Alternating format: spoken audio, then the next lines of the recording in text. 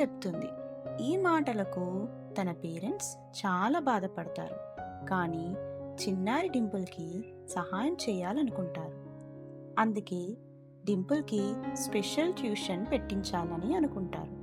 అన్ని సబ్జెక్ట్స్ని దగ్గరుండి నేర్పించాలని ట్యూటర్ని ఇంటికి పిలిచి ట్యూటర్ని పెట్టిస్తారు. ఆ ట్యూటర్ ఎంతో పేషెన్స్తో చాలా బాగా అర్థమయ్యే విధంగా చిన్నారి డింపుల్కి ప్రతిదీ మెల్లిగా స్టెప్ బై స్టెప్ ఎక్స్ప్లెయిన్ చేస్తూ ప్రతిరోజు ప్రాక్టీస్ చేయించేవారు. ఇంకా ఎంకరేజ్ కూడా చేసేవారు. రోజులు గడిచాయి. నెమ్మదిగా చిన్నారి డింపుల్ చాలా బాగా ఇంప్రూవ్ అవుతుంది. తనకి తనపై ఒక నమ్మకం పెరుగుతుంది. ఒకరోజు టీచర్ స్కూల్లో మళ్ళీ ఆమెని ముందుకు పిలిచి ఒక మ్యాథమెటిక్స్ ప్రాబ్లమ్ని సాల్వ్ చేయమంటారు. అప్పుడు చిన్నారి డింపుల్ చాలా కాన్ఫిడెంట్తో చాక్ పీస్ తీసుకొని ఆ ప్రాబ్లమ్ని సాల్వ్ చేస్తుంది.